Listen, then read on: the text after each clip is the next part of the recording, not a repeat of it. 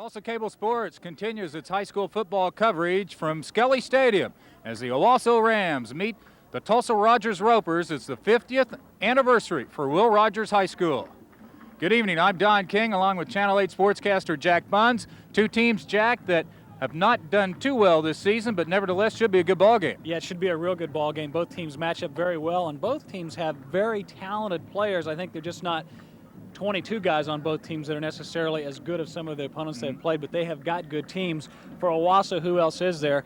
There's 5 guys that really Rogers has to stop. The running back, defensive back, place kicker, guy who does it all for him is Aaron Goins, number 22. He is just sensational, probably the best player in the state. Definitely so, and for Rogers, they have a fine quarterback, Dan Bitson at TU, his brother, D'Angelo Bitson. Yeah, and look for him to be the main man.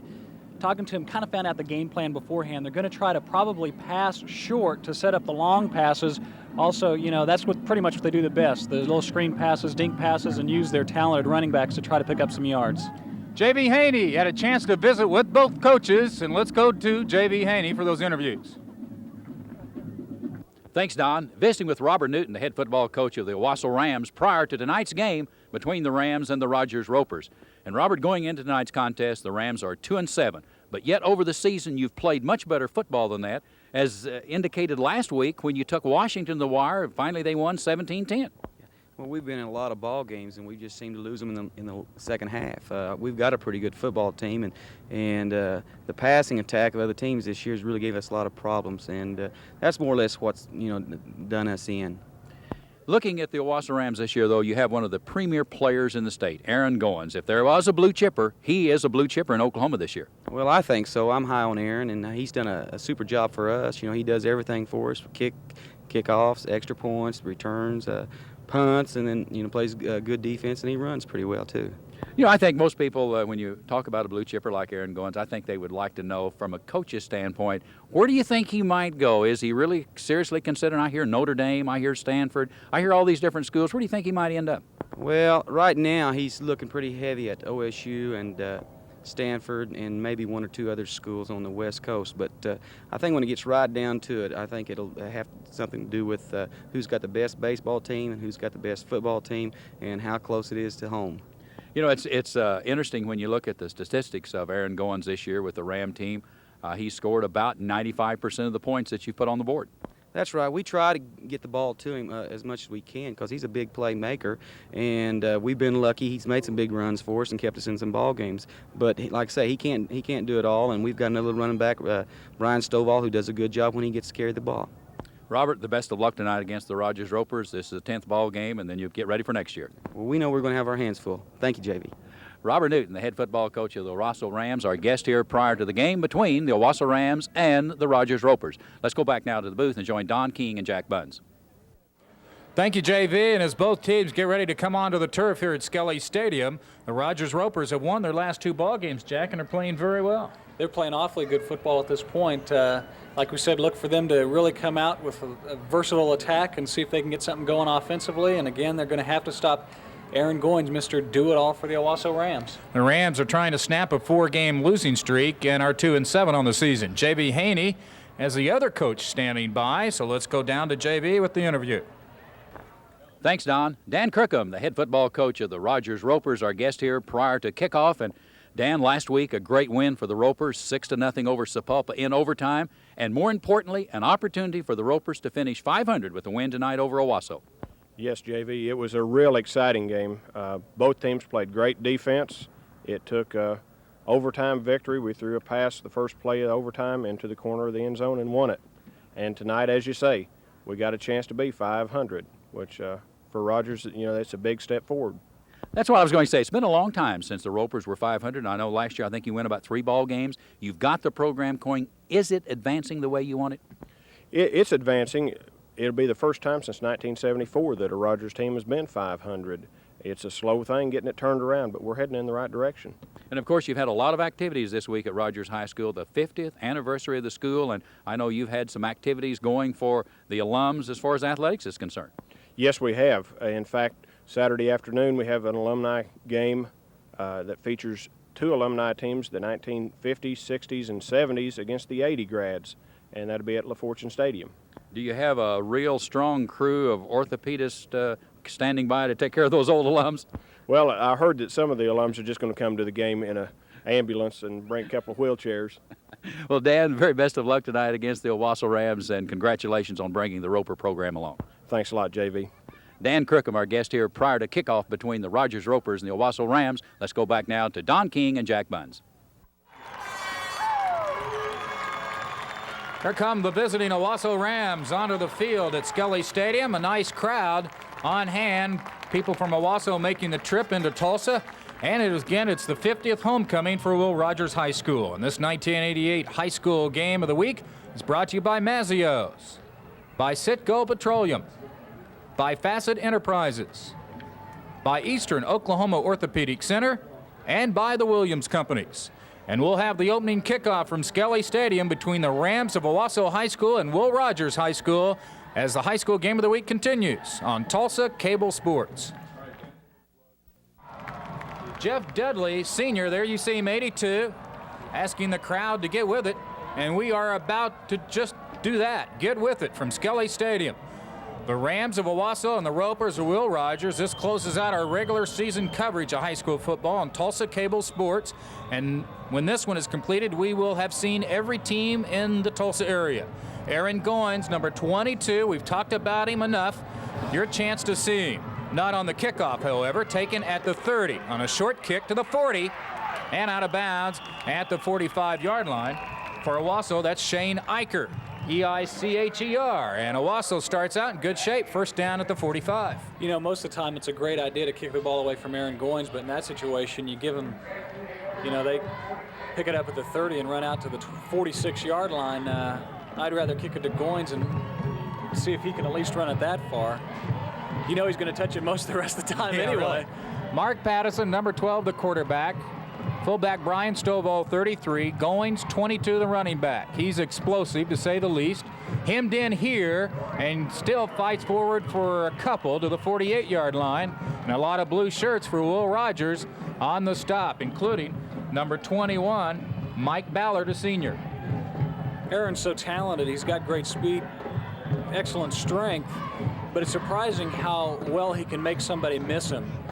One of the players for the Rogers Ropers looked to have him pinned for a loss, and he just very easily sidestepped. He makes it look so easy, and it's very fluid. Owasso has scored 109 points this season, and Goins has scored 89 of the 107 points.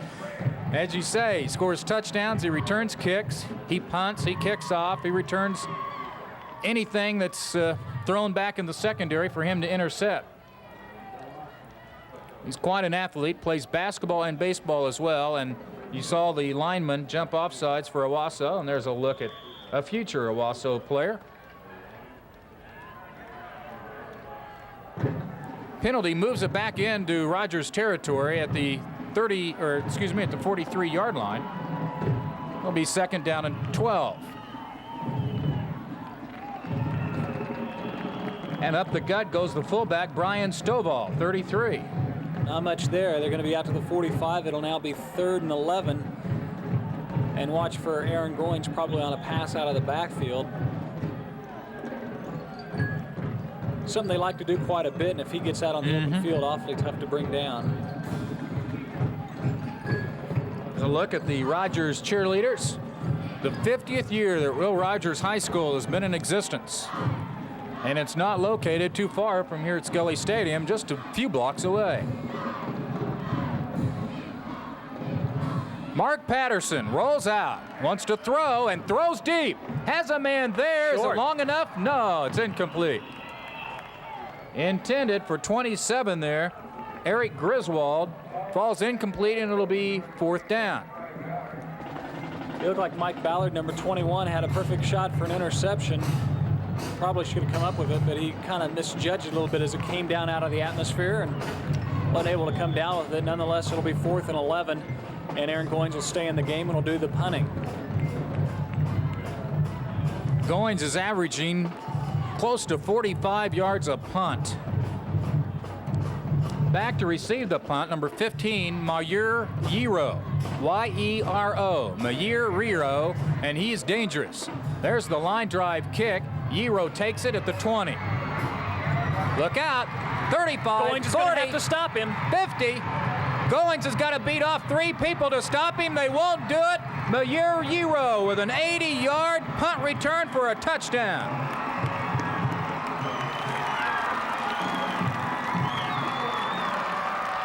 That's the second punt return for a touchdown this season for the Will Rogers Sr.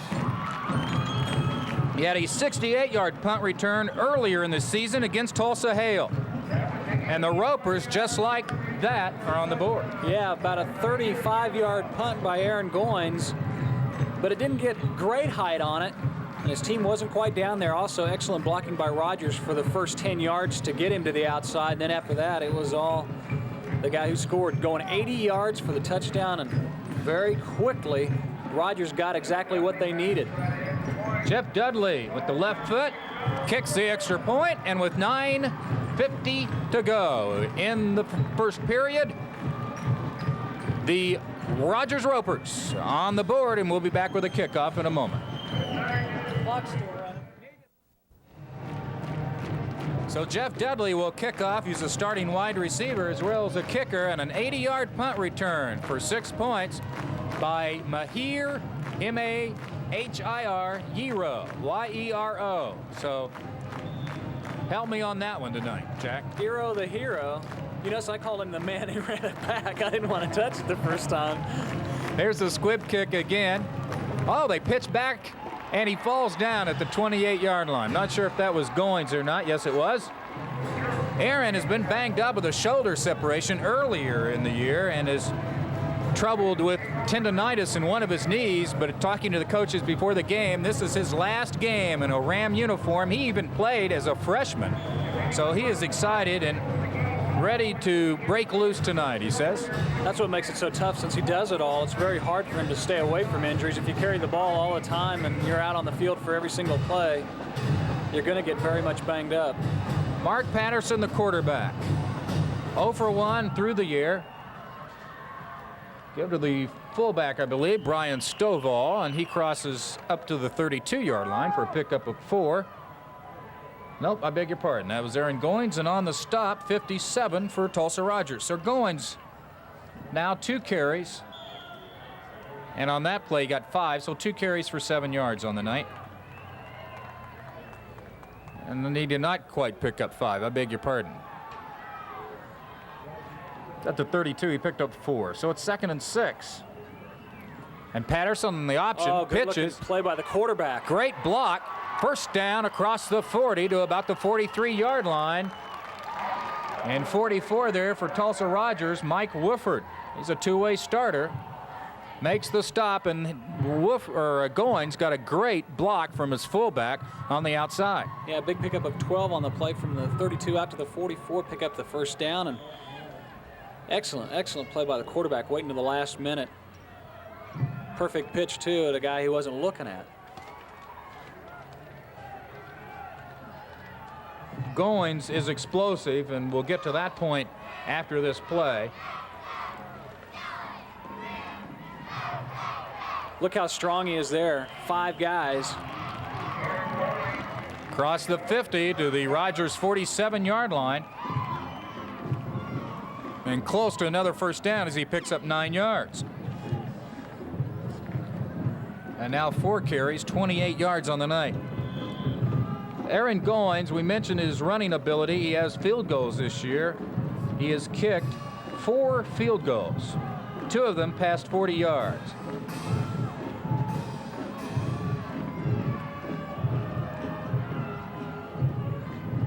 Second down 1. We'll see if they pass here. 7.5 minutes to go, opening period. Option play Good pitch again. Great Good block. 45, first down to the 42-yard line. And on the stop, number 53 for Will Rogers, Don Banning.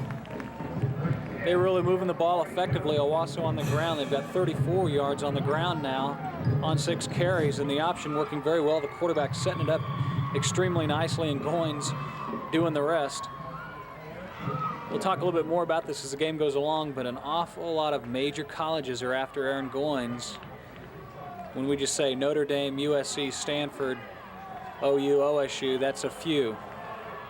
And I imagine some of those coaches are here tonight. Here's Brian Stovall, and look at the fullback ramble. Just shy of the 30-yard line, down to the 31-yard line. Great blocking up front on that front line from the Owasso Rams. Just like that, they're very, very close. Looks like they're going to measure. Looked like he got down to the 31, but apparently his knee touched down at the 32. So they'll give him 10 yards on the play and have to come in and take a look to see if they had the first down or not. Aaron Goins leads the metropolitan area in touchdowns. We'll show you that graphic.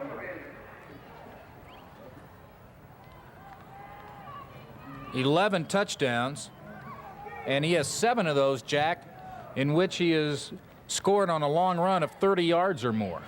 So that tells you a little bit about Aaron Goins. He has scored 7 of his 11 touchdowns from 30 yards or more. He has touchdown runs this season of 84, 64, 56, 76-yard kickoff return. Has caught a touchdown on a pass from Mark Patterson. Kicks extra points, and we mentioned he's kicked 4 field goals, averaging 45 yards punting. He can do it all. He's Superman, no doubt, in the area. And he will rival Lawton's Duell Brewer probably for the Player of the Year honors. From the 32-yard line, they measured. It's not quite enough for a first down, second and short. Goins looks for a block, looks for a hole, gets the first down to the 28-yard line. Pick up a 4, and I think you'd have to give it Player of the Year honors to Goins just because of the fact that he does so much and just does everything.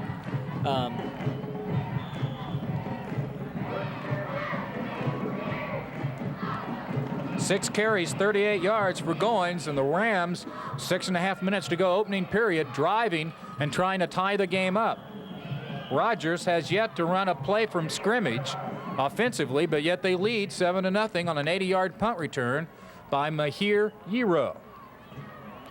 As we have some kind of problem with the equipment player for the Ropers, that gives us a chance to look at the district standings, and big games coming up this week. We hope you'll check the papers and find out who's all going to the playoffs, but a big one in this district between Sand Springs and Sapulpa this week, and whoever wins that one will probably end up in the playoffs. Enid playing Ponca City, and if the Plainsmen win, they automatically go. Brian Stovall on the carry. Down to the 22-yard line for 6, and it'll bring up second down 4. One more point on just how good Aaron Goins is, too, even though he wasn't the carrier on that play. When he was a sophomore, there were some area colleges around here contemplating whether they should recruit his brother, who's a defensive back, in hopes that it would be like a Wayman William Tisdale type of situation. Maybe you get both brothers to play for you. This is Goins to the 20. Look at him fight the tackle off. Takes a host of Ropers to bring him down at the 20-yard line for 2 yards. It'll bring up 3rd and 2. Usually each time during the ball game, we try to single out alums from each school that have gone on to better things, and we'll do that later. But one guy I certainly want to mention is the head coach here at the University of Tulsa. Dave Rader is a fine quarterback for Will Rogers High School. And definitely, and a great coach at the University of Tulsa. He's doing wonders, you know. For the average fan, you think, well, their record's not very good this year, but he's doing a great job, and they're going to be up there in a couple of years. 3rd down short, Goins to the 20. Look at him try to strip the football away from him. He crosses the 20, gets to the 19 for a yard. It'll bring up 4th and a yard, and I would think Owasso has nothing to lose here. Jack, they'll have to go for it. Yeah, like you were saying, Aaron Goins has a leg. He can kick it over 40 yards, but I would think when you've got him on the field, you'd want to give him the ball and let him go for the first down. Robert, for that matter, Stovall's so good too. Yeah, exactly. Robert Newton is the head coach at Owasso. He, I believe, came from California as a coach in California. And this is his 2nd year at Owasso, and took the Rams into the playoffs before they were beaten by Jinx last year. Here you see the referee just a foot, not even a foot, away from a first down.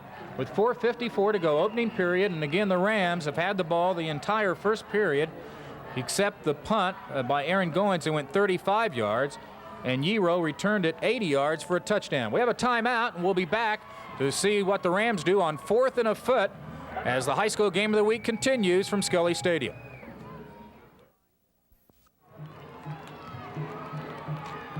So here we go, 4th down and a foot, and the Rams need a foot for a first down and 19 for the touchdown. Who else but Aaron Goins? Look out. He's got the first down, a flag down, and he's down at the 11-yard line. He would have gotten the first down, but the flag's in a situation that it looks like it will probably be offensive holding, possibly on the running back Stovall. Brian Stovall, number 33, is who got almost hit with the flag. Well, that really hurts and brings up 4th and long, and now Robert Newton and the Rams really have a decision. Do they continue to go for the first down, or do they try and kick a field goal? We mentioned that Goins is capable of kicking the field goal from this distance. And you see the Ram players come on to the right of your screen, and apparently they're going to try a field goal. Well, now you're talking 50 yards. Yeah. He was booming them from consistently from 40, 45 yards in practice, in warm-ups, I should say. And watching him kick off in warm-ups, too. He's kicking them from the 40 and kicking them out of the end zone, so they're going to go for it. It'll be a 49-yard field goal attempt. You can tell Rogers isn't quite convinced. They're playing off the line of scrimmage a little bit in case Goins tries to throw or run the ball. Chris Kaufman will hold the snap. Goins. Oh, it's high enough. Will it get there? It is there, but no good. Off to the right. That still is incredible. Wow. High school football, a 49-yard field goal attempt by the guy that does it all. Goins going to the right. But still an excellent attempt, and Rogers will take over at their own 20. And even though the Rams trail 7-0, Jack, Robert Newton and the Ram defense have to feel good. This is their first chance to get in the game. Yeah, the defense is going to be a little bit stiff, and the same story for Rogers' offense. Getting cold on that sideline. D'Angelo Bitson is the Rogers quarterback. He hands off. That's 15. Mayir Hero. Well, I stumbled there, so I at least got him done well once. Hero to the 24-yard line. That was an excellent run, too, because Owasso pretty much had him pinned in. There were 3 defenders who had him at the 18, but awfully quick, as we've already seen on one occasion on that punt return of 80 yards. There's a look at Bitson, the quarterback. He's a dandy for the Ropers. 2-year starter. They like to put the ball up. We'll see what he does here on 2nd down and 6. From the 24, he throws. It's complete. 25 and down immediately at the 25-yard line. Nice stop by 21, Jason Insbrenner, one of the starting cornerbacks. And on the catch, number 48, for Will Rogers. That was exactly the kind of plays that they want to do all night long. Rogers does. It didn't work out. They only got a yard on that particular play, but that's the kind of things that they do especially well, especially if they can get the ball to Eero, number 15, out of the backfield. He gets one-on-one against a linebacker, and it's not very good news for the defense. A couple other running backs to keep in mind tonight, Tim Chambers and Mike Wolford. And on 3rd down 5, Bitson wants to throw, but now will run for the first down and much more as he crosses the 35 to the 36-yard line. And 52, David Speaker makes the stop. Major pickup of 11 yards on the play, and great run by Bitson, who saw he didn't have anybody. He was looking for Eero on a little out of the backfield flare pass. He was covered, and Bitson doing a great job of going ahead and saying, hey, I'll just go ahead and pick up the first down. 11-yard pickup by D'Angelo Bitson, whose brother Dan Bitson, the starting wide receiver for the University of Tulsa. Split backs on first down from the 36-yard line. Bitson throws. Jeff Dudley, catch at the 50-yard line, and another first down for Will Rogers at the Owasso 48. Perfect pass there. He had the man open, but so often in high school football, as we've seen during the year, the touch lob type passes like that are the hardest ones to throw. Some of the guys have strong arms and can throw some rifle shots, but those touch passes are really the ones that tell how good a quarterback can be. And he's looked good doing it. 2 for 2 on the night. For 17 yards that last play, 16 yards. First down at the Ram 48. Up the middle, 45 to the 40-yard line. Nice running by number 40, Anthony Samuels. He's a sophomore. Nice shoestring tackler. That one could have been good for another 6, and right away Rogers would have fled at 14-0.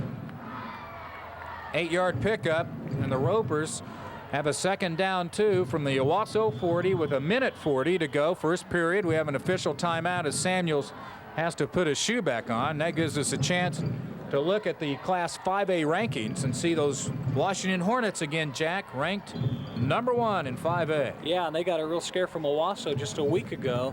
Owasso leading late in the ball game, but the Hornets came back to take that one. Muskogee moves up to 4th. We saw Memorial earlier. They are now 6th. And Bitson wants to throw on 2nd down 2. Look at that spin. move. But he doesn't get away from Justin Lennox. There's a fumble on the play. No signal yet. Ball at the 45-yard line of Owasso, and they have the football back. And there's an injury on the play. The man who recovered it, who I can't tell from here, he got pretty much leveled by everybody. 89 from Owasso. Apparently shaken up defensive end Nick Reynolds. And one of the Rogers players shaken up as well. Both teams on this side of the field. Oh, they're going long, and he's got his man. Wide open, Mark Patterson, 20, 15, 10-yard line. Touchdown saving tackle by Mahir Yero down to the 6-yard line. 48-yard play, I believe, on that one, all the way down to the 6-yard line. They had man-to-man coverage and just decided to lob it long, and they were able to do it.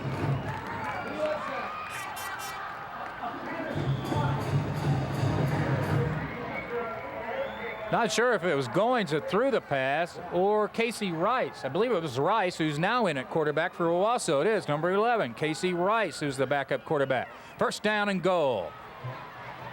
This is Rice, and how? He gets popped at the 2-yard line. 33 seconds to go first quarter.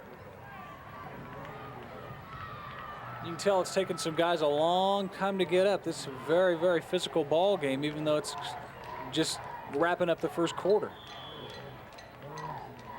Be 2nd and goal inside the 2-yard line. At the 1, let's say.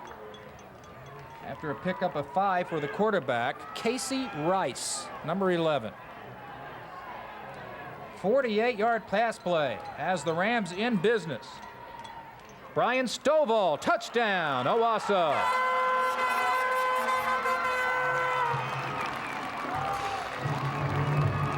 And they do it right as the clock ends the first quarter. Great strength by Stovall, taking the defender into the end zone with him, lunging into the end zone for the touchdown, and now Goins can tie it up at 7 apiece.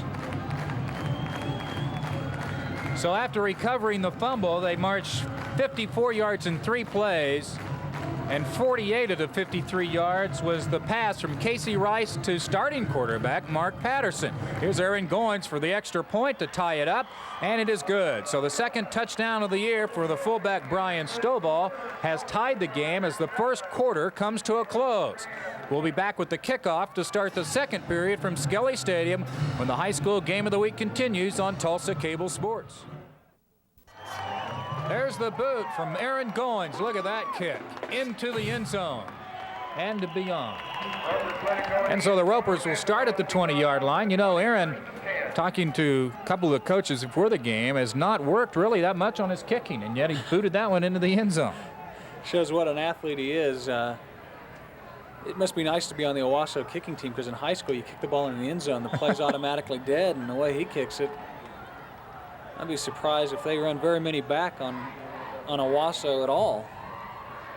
There's a look at Dan Crookham, head coach of the Ropers, as well as 48 there for the Rogers Ropers, and here we go. First down from the 20. Up the middle, Anthony Samuels. He's a sophomore. Good effort on his own to pick anything up. He gets out to the 23 for a pickup of 3, and Dan Crookham, the coach of Rogers, who we saw on the sidelines just a few moments ago, he's going to have some kind of fun coming up in the summer. He's leading the Oklahoma contingent of football players. It's going for 15 days over to the Soviet Union.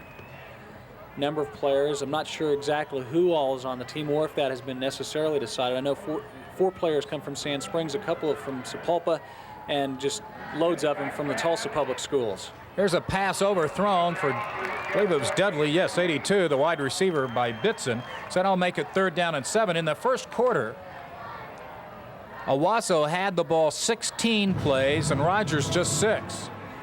However, we're tied 7-7 with the first possession by Owasso to start the game.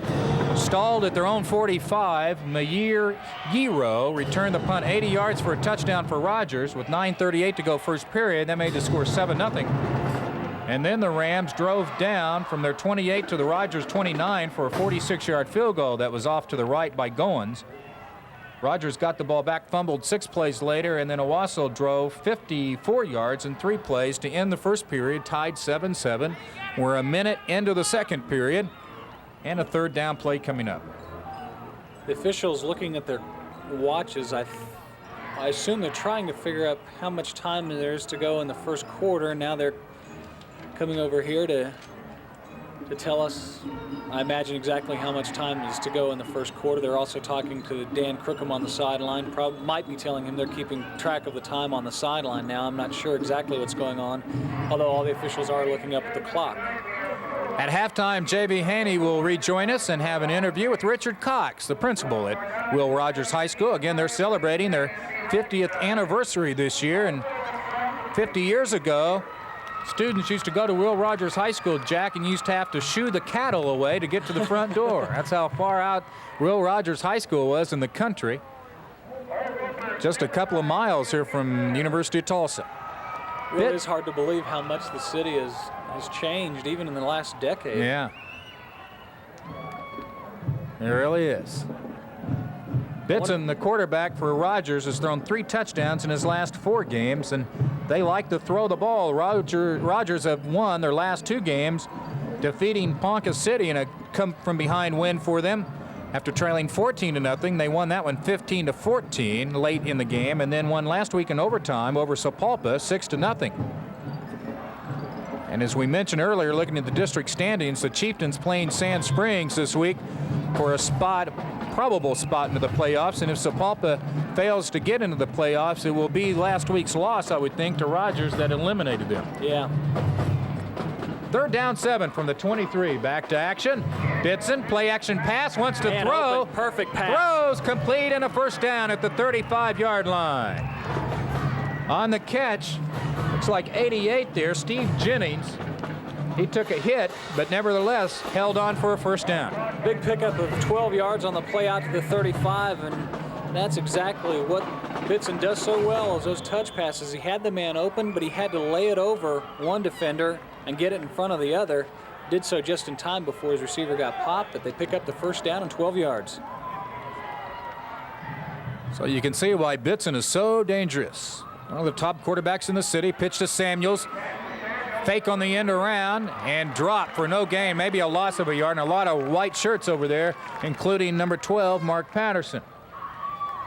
I thought it looked like they were trying the end around there, but it got clogged up. I'm not sure if that's exactly what they were doing, but that's what I thought anyway.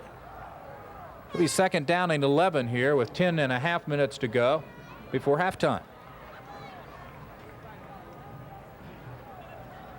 I did not see a flag on the play, but yes, I do now.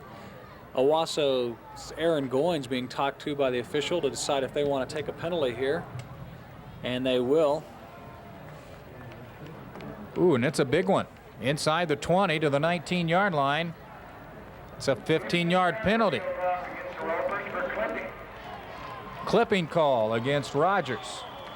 It'll be 1st and about 26 yards. They need to get to the 45-yard line. They're just inside the 20. So let's say 1st and 26 for D'Angelo Bitson and the Will Rogers Ropers. Back in motion. That is 44, Mike Wolford. Looks for Wolford and throws. Incomplete. Decent looking play. The pass just wasn't there at all, though. And now, after an incomplete pass there, it's 2nd and 26. And The Rams, after going to the playoffs last year, Jack, a real disappointing season for them. 2-7 thus far. Yeah, they've talking to some of the parents, they were saying that, you know, they're really proud of the way their kids have done, but it just seems like they haven't been able to win the close contests. They've been able to play themselves to have a chance of winning like they did last week against #1 Washington, but they just can't quite do it. Second down, pass, boom. Nice hit by 42 by Owasso. And it'll be third down and long on the hit. Strong safety Paul Tucker. I believe that was Yero on the reception. No thank you for trying to catch passes like that one. Great hit by the Rams as they're showing their Ram tough. And it's still 3rd and 21. With 9:31 to go before halftime. There's a look at some of the cheerleaders here at Will Rogers High School. 3rd and 21 from the 24. Bitson's had a good night passing. That's been the problem for the Owasso defense this season. They have not defended well against the pass. And here's a screen pass caught by Wooford at the 30. Not enough for the first down up to about the original line of scrimmage, which is the 35. So that'll bring up a 4th down and 10. Decent looking play. They were buying as much time as they could, send a couple of guys long enough, hoping to give enough room. Once they completed that pass, they were able to pick up the first down, but there was just way too much yardage to pick up. So this will be the first punt of the night for Will Rogers. Owasso had a punt earlier, 35 yards by Goins. It was returned 80 yards for Rogers' touchdown. And guess who's back to receive the kick? Aaron Goins. Senior Mike Ballard is back to punt for Will Rogers. Left footer. Return set up on the line drive. They are there, and Goins gets a few out of it up at the 37-yard line. And with 8:22 in the second period, we'll take a break from Skelly Stadium. Be back with the Owasso offense in a moment. First down for the Owasso Rams, 37-yard line. This is Casey Rice. Nice running. Up to the 44-yard line. Pickup of 7. He did a lot of that on his own, and I think he's learned a little bit from Aaron Goins. He takes those 2 feet, puts them together, and kind of slides sideways like Aaron does to elude the tacklers. Good pickup, and they're going to have second and about 3, maybe 3.5. Owasso this year 2-7. We mentioned that they have lost their last 4 games. Their wins this year over McLean and at Sand Springs. Look at this run. 50, 45-yard line for Aaron Goins. His first carry of the second quarter. From 144 to the other, he picks up 12 on the play, and now Owasso as a team, 15 carries for 82 yards, and the Rogers Ropers getting banged up. We do have an injured player on the play. Each team with 3 first downs. That gives us a chance to look at the times that this game will be replayed this weekend. Well, I hope we're glad you're catching it. And next week, we'll be with you for the first round of the playoffs. Several good ones. Yes, sir. We have a chance here to really take a look at the first round home teams. Washington, Memorial, Claremore, and Cassia Hall all right now are assured of first round home games. And not to put the jinx on any of them, and surely I would, but all of those teams have an excellent chance of going far in the playoffs. Washington, obviously, because they're #1 in the state. Memorial, because they can pass the ball and score in a hurry, even if they get behind. Claremore is awfully tough with Brian Boyles, and Cassia Hall, they have just about everything as well. So after the 12-yard run by Goins, it's first down from the 44-yard line. This is Goins again. 40. Look at that move. Down to the 36-yard line for 8 yards. Come on, Aaron, only 8 yards. Come on. Down to the Rogers 36-yard line.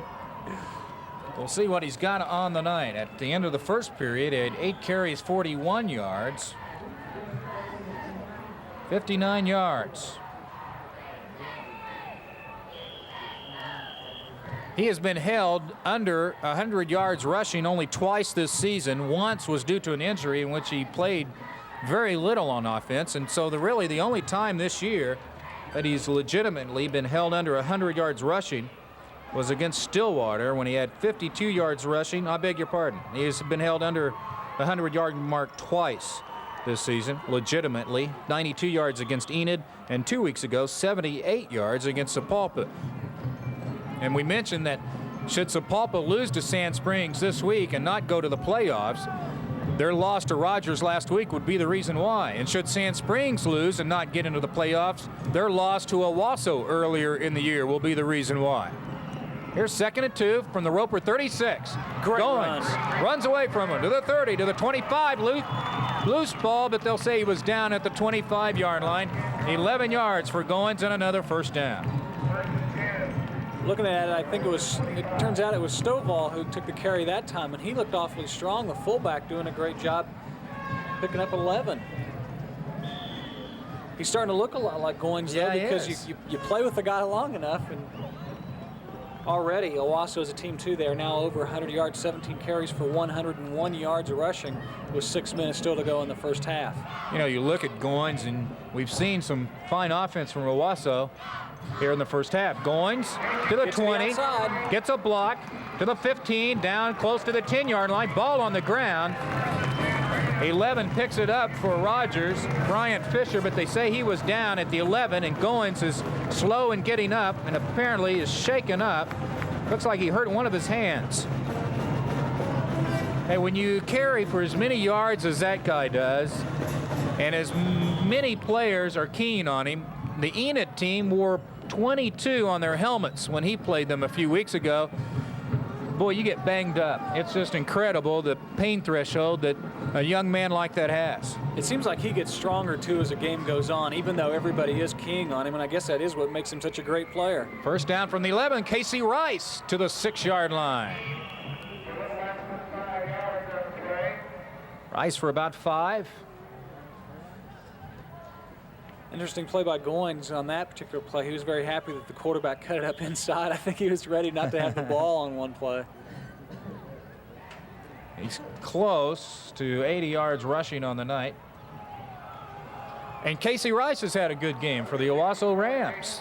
He did not start at quarterback, but yet came in the second offensive series, fired a 48-yard pass play that set up their only touchdown. They're threatening again from the 11. Goins fakes into the line, and then Rice keeps it to the 5 for about a 1-yard gain. Interesting call now. They're at the 5, and they can pick up a first down at the 1. So basically 3rd and 4, although as good as 3rd and goal, which is actually better off for Rogers because it's going to be very hard for Owasso to pick up the first down without scoring. Owasso 1 for 2 passing tonight, and that quarterback there, Casey Rice, 1 for 1. I mentioned earlier the 48-yard pass play. Goins on the sweep. Oh, what a move. What a move. Number 21 for Rogers is just sitting in the middle of the field wondering what in the world happened. I saw number 22. I was going to get him for a 5-yard loss. Where did he go? He went into the end zone. Unfortunately for Rogers, fortunately for Owasso, Aaron Goins, we've talked about him for weeks as being great, and you're seeing him firsthand now. He is definitely the best player in the area. A methodical 63-yard drive in 8 plays, and they did not have to put the ball up once. That was the only 3rd down play they had in the drive, and Goins scores from 5 yards out. He now attempts the extra point, and it is good. And with 4:19 to go in the first half, 14-7, Owasso back with a kickoff coming up. There's a look at the Rogers colors and the balloons. Beautiful night again. Gorgeous weekend. Again, it's hard to believe we're getting this kind of weather first weekend in November, but we definitely are, and we're glad you're enjoying it by watching the high school game of the week. This is the second of 2 games this weekend, the first being Memorial defeating East Central 33-12, and now here we are with Owasso and Rogers. The kick into the end zone again by Goins, and Rogers will set up at the 20-yard line. There's a look at Alan Trimble, the defensive coordinator, or at least one of the defensive coaches for Owasso. He played at Cleveland High School and later was a fine player at Northeastern State. This is only his third year at Owasso, and he sends in the signals for the Owasso defense. Very important for Rogers to get something going here. Only 11 plays so far offensively. They had the big punt return, but they haven't been able to really sustain anything on offense. First down play up the middle. Mike Wofford, W-O-F-F-O-R-D, to the 21-yard line for 1 yard. Wofford's pretty tough. He had some good games earlier in the season. In Stillwater, 52 yards rushing. I believe that's his best night of the season. Rogers winning their last 2 ball games, and they are 4-5, and they would like nothing better than to win this one and finish their season at 5-5. They've come on strong here at the end. They had a dry spell during the middle of the season after winning 2 of their first 3. We have a delay of game against the Ropers. That hurts because that wasn't even close to getting the playoff. It'll make it 2nd and 14 from the 16. You see the Rogers won at Edison earlier in the season, and when you beat the state-ranked Eagles, you're doing something right. In the season opener, in fact, their kicker, Jeff Dudley, kicked a field goal as time expired to win that game 16-14, and then beat Hale 20-13, and then suffered 4 straight losses to Sand Springs, Enid, Washington, and Stillwater. That's a pretty tough district right there. And then rebounding with wins over Sapulpa and Owasso. 2nd down, 14 from the 16. Bitson throws. Oh, intercepted. Off the deflection. At the 20, Casey Rice. No, it is not his 10. Joe Denny on the interception. How about that?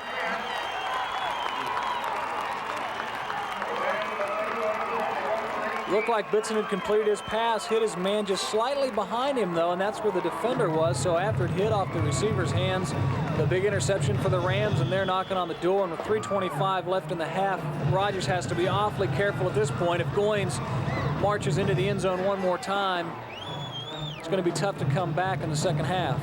I feel a halfback pass coming on here. 33, the fullback, Brian Stovall. 22, Goins, the tailback. Rice on the option. Good pitch. Not much there. He didn't get the outside block that he usually got. And number 11 on the stop, Bryant Fisher, as well as 15 in there, to look like. Mayir Yero. A loss of 2 on the play. It's going to set up 2nd and 12. Goins with absolutely nowhere to go. And Rogers pretty happy that they had 3 guys, all of which could have made the tackle on that play.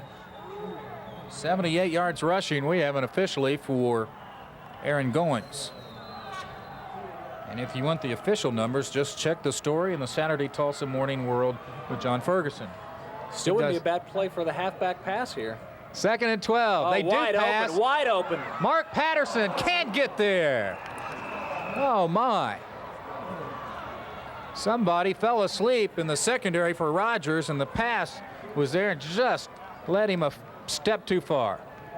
One of the defensive backs, the one who was playing very close to the line of scrimmage, apparently thought there was a zone defense.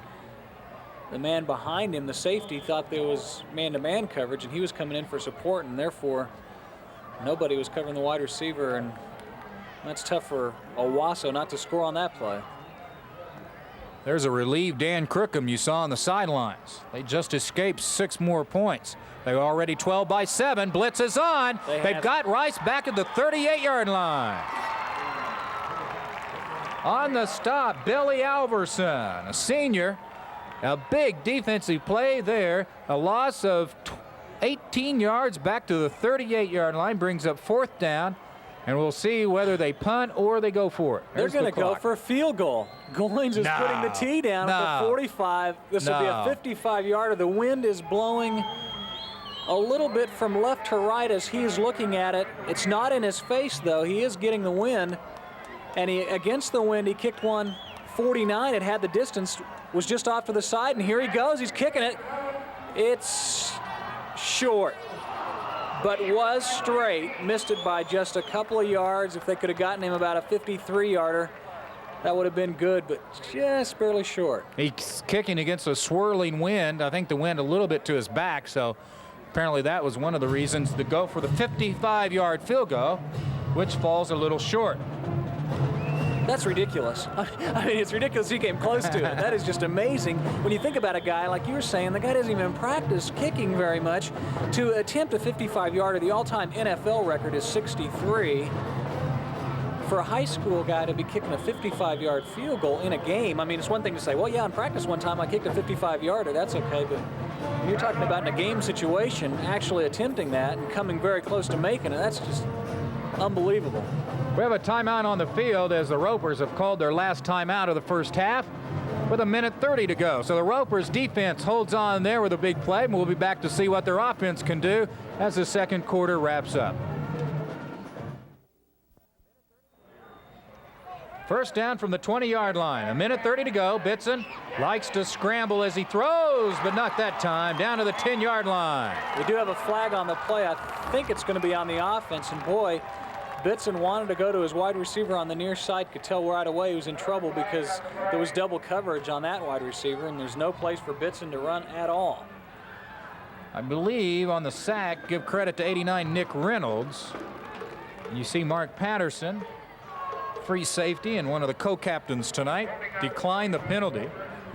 Offensive holding the call. Owasso will decline it after the 10-yard loss. And well, the yard marker's walking to the 23. I don't know what that's all about, but now he's going back to the 10. Took a nap there for a second, as we all do during football games at some time or another. Second down 20 from the 10-yard line. Anthony Samuels looks for a block, doesn't get it. He'll pick up, well, actually he loses some yardage, a couple. Makes it third down, and Owasso wisely calls timeout with 66 seconds to go. Third down 22 from the 8-yard line with 1:06 to go, and the Rams would like nothing better than to sack Bitson inside the 5-yard line. You just know he's going to throw the ball. And with that, he runs a draw play to the 6-yard line. Well, they're going the wrong way, though. And Owasso's going to call a timeout. That's why it surprised me they didn't pass. Mayir Yero on the carry. Back to the 7-yard line, a loss of 1, and after this series of down, which has gone exactly the wrong way for Rogers, they now have 8 carries for only 14 yards. Their offense not able to do much at all. 5 for 8 through the air, 44 yards, and 1 interception. 3 first downs in the first half, and 2 of those, or in fact all 3, give credit to Bitson. He ran 1 for a first down and then has thrown a couple of passes for first downs. So if it wasn't for the 80-yard punt return by Mayir Yero, Rogers would be in quite a jam, and as well as that great defensive stand, that could be the difference. You never know, that could be the difference in the ball game if Rogers comes back and wins this one. I'd say that would be the difference. The fact that they lost the ball, Rogers backed up to the wall. Owasso had 1st and 10 inside the Rogers 20-yard line, but they weren't able to get anything at all. Of course, that's provided Rogers can keep Owasso from scoring right here. I don't know what you're better off doing, kicking to Goins at the 35-yard line and hope he doesn't return it for a touchdown, or having your punt blocked. Dudley, or rather Mike Ballard, to kick to Goins, 42. Good job of not letting him get to the outside, and he almost fumbled the football. Yeah, he sure did. They tried to strip it from him, but they ruled the ball dead at the 39-yard line with 56 seconds to go. That only took a couple of seconds. Real good job by the Rogers Ropers of containing him, because he wanted to come to the near sideline, and they did an excellent job. All 3 players played what they're supposed to do, some discipline-style defense, play your position, and then Goins had nowhere to go at all. 35-yard punt. Owasso at the Rogers 39, 1st and 10. They lead 14-7, and with 47 seconds to go, they have the ball. Here's the halfback pass. Look at that ball on the fly. The guy's there, it's batted away, incomplete. Nice defense. 15 and 11 for Rogers. 11 is Bryant Fisher, a senior, a two-way starter. And 15, also a two-way starter. We've mentioned him a lot tonight. Mayir Yero, M-A-H-I-R-Y-E-R-O. First of the season, Goins was playing quarterback, and you could tell he's thrown a few passes in his time to his older brother, who I mentioned, who was a great player at Owasso too, Brent Goins. Second down 10 from the Roper 39. Goins will try and run it, and he runs out of room and out of bounds at the 40-yard line.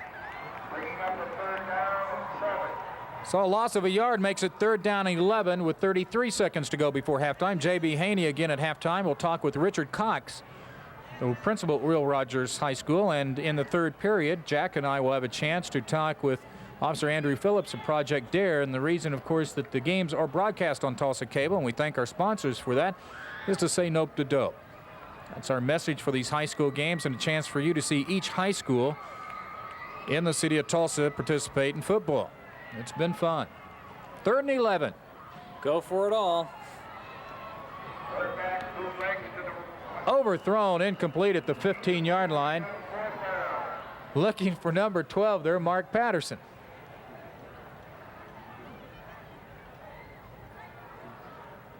So what do you do now? They're throwing the tee out to Goins, and I think he's going to kick a 57-yard field goal.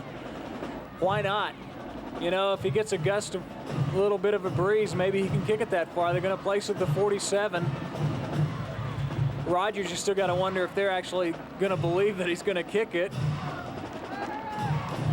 Chris Kaufman to hold. Just because it's so amazing. Just because the school that plays on this turf is called Hurricanes, I don't think they can expect any wind here or any help. And that one was on the mark, Jack, but again short, about 5 yards. And with 20 seconds to go, the Ropers again dodge another bullet. They'll take over and probably run out the clock and be in this ball game at the end of the first half. Yeah, well, at least it was worth a shot going for the field goal. Because he had made the two before that, it was pretty doubtful, especially since that one was the longest of them all, 57 yards, but still worth a shot. You know, the guy's got a chance of making it, might as well. A lot better chance of making that field goal, and they did, just heaving it up in the end zone and hoping for 6 points. I'm trying to think back of the fine kickers in the Tulsa high schools of any field goals that have gone over 50, and there is a kid a few years ago that kicked one. I think it was 52 yards, and his name escapes me. I'll try to look that up for you at halftime. Here's the pass intercepted. Big mistake. To the 35 with 13 seconds to go.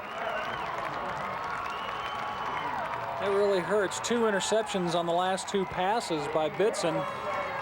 He's got the good touch, but he just pretty much lobbed that one up, and here they go. The clock is going to start, and Goins is going to go for a 52-yard field goal as time will run out, and who knows?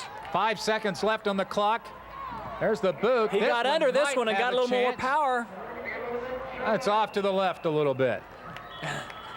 So Superman fails to do it here as the halftime will begin. The second quarter comes to a close. It's been an entertaining first half from Skelly Stadium. Homecoming for Rogers High School. This is their 50th anniversary. And the principal, Will Rogers High School, will be back with J.B. Haney as the high school game of the week continues on Tulsa Cable. Welcome back to Tulsa Cable Sports Game of the Week. It's halftime between the Rogers Ropers and the Owasso Rams, and we're visiting with Mr. Richard Cox, the principal of Will Rogers High School. And Mr. Cox, you've had an exciting week, the 50th anniversary of Will Rogers High School, and some outstanding famous alums. That's true, JB. When you have a school that's 50 years old, you can imagine the thousands of young men and women who have graduated from that school and gone on to make their contributions to the city, state, and the nation. And we've been very honored this week in having people such as Anita Bryant, Dave Rader, who's football coach here at TU, our Honorable Mayor Randall, and of course Ernest Moody, who's a Tulsa businessman. So we've been really having a very big excitement as far as assemblies and gatherings with our students and former graduates.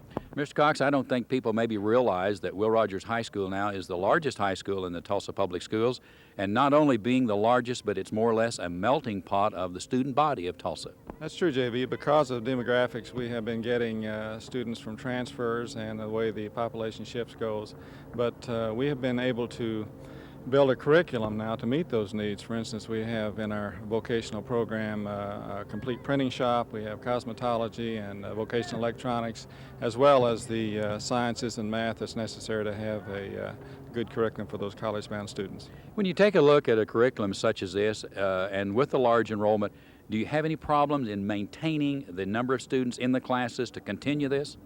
Of course you do, because you want to be able to provide a complete curriculum for those students, because in some cases you may have to have a small science, physics class, and then of course you try to make that up by having a little bit larger as far as your history and English. But what you attempt to do is provide a complete curriculum for all of your students. Mr. Cox, it's been a pleasure visiting with you this evening at halftime of the game between Rogers and Owasso, and look forward to other great events at Rogers High School. Thank you, J.B. Mr. Richard Cox, our guest here at halftime between the Rogers Ropers and the Owasso Rams. And now let's go back down to the field and join the Will Rogers High School marching band here at halftime.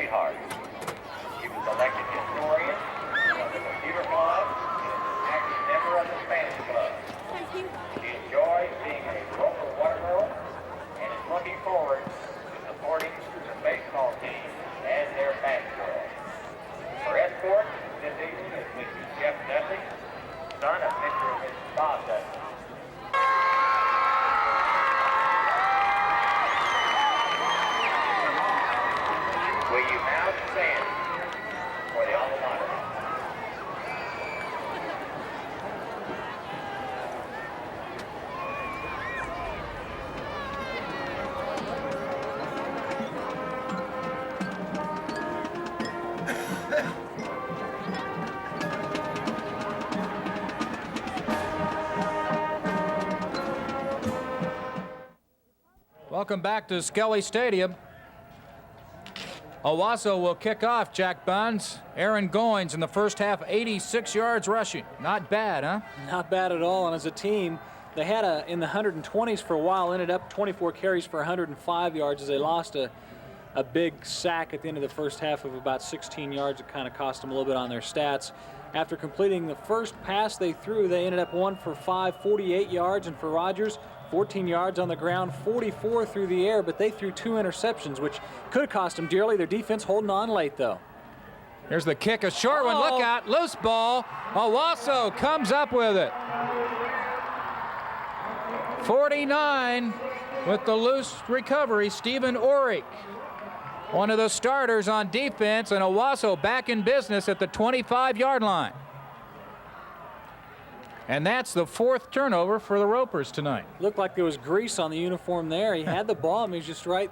He didn't really actually look like he did anything wrong. He had the ball in between his body and his arms. The ball just slid right through, and the next thing you know, it was banging 10 yards in front of him. At the Roper 24-yard line, and sooner or later, you think Owasso is going to put some points on the board. They have not been able to take advantage of too many of these mistakes. Here's Goins to the 20. Look at the gang of Ropers there. Nice work by Will Rogers High School as Goins gets to the 19-yard line for 5 yards. That pushes him down to 91 yards on the night, makes it 2nd down 5. And in a few minutes, we'll be joined by Officer Andrew Phillips of Project Dare. Interesting run there by Goins, a little bit more power as opposed to finesse. Maybe that was one of the things they thought they might have done wrong, not going straight at Rogers late in the first half when they had 2 more chances to score. The line they're tied up in and went that way. Again, their tight end goes in motion to the left. We'll see if they go left. No, they go right. And Goins tries to get a block. He's going to go. He's going to score. Unbelievable. Brian Stovall tried for the outside block, didn't get much of one. It's going to be brought back, though. Unfortunately for Owasso, clipping is going to be the call, And that touchdown around of 19 yards was wiped out on the clipping call. That is unfortunate because there was absolutely nowhere for Aaron Goins to go. He was completely stuffed. And he's surprisingly fast, really. I mean, it didn't look like he was given much effort at all. He just sticks it into 5th gear and goes. He's a 5-speed, huh? Yeah, I guess so. He's in some other speed. Moves it back to the 31-yard line.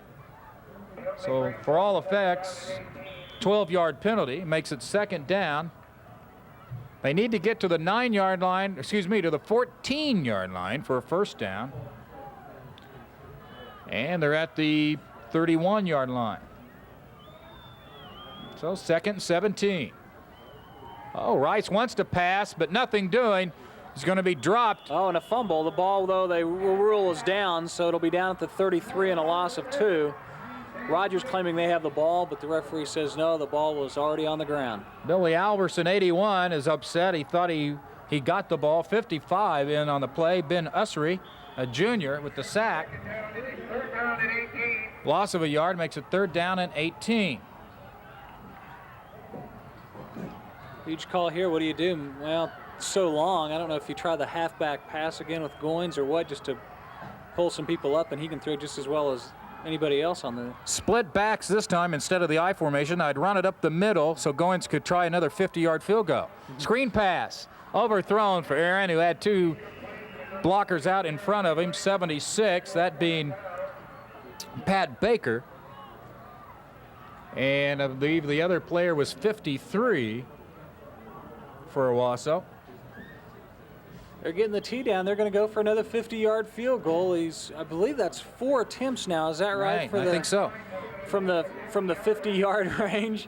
First one was 49. Then we had a 53. Then a 57. Then I think a 53 again, and now a 50-yard field goal. He's kicked field goals of 40, 43, 34, and 36. This is good. It's there. Yes, sir. And then some. 50 yards for Aaron Goins. We'll be back with a kickoff with 9:50 to go, 3rd period. That wasn't the kickoff? Right. There's the kick by Aaron Goins, who used all of his leg energy for the 50-yard field goal. This kick is short to the 14-yard line.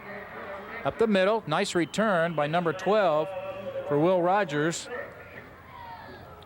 Bitson, the starting quarterback. Joining us is Officer Andrew Phillips from Project DARE, and of course very much involved with the school system as far as drug education. Officer Phillips, you might tell us how long you've been in Project DARE and how it got started.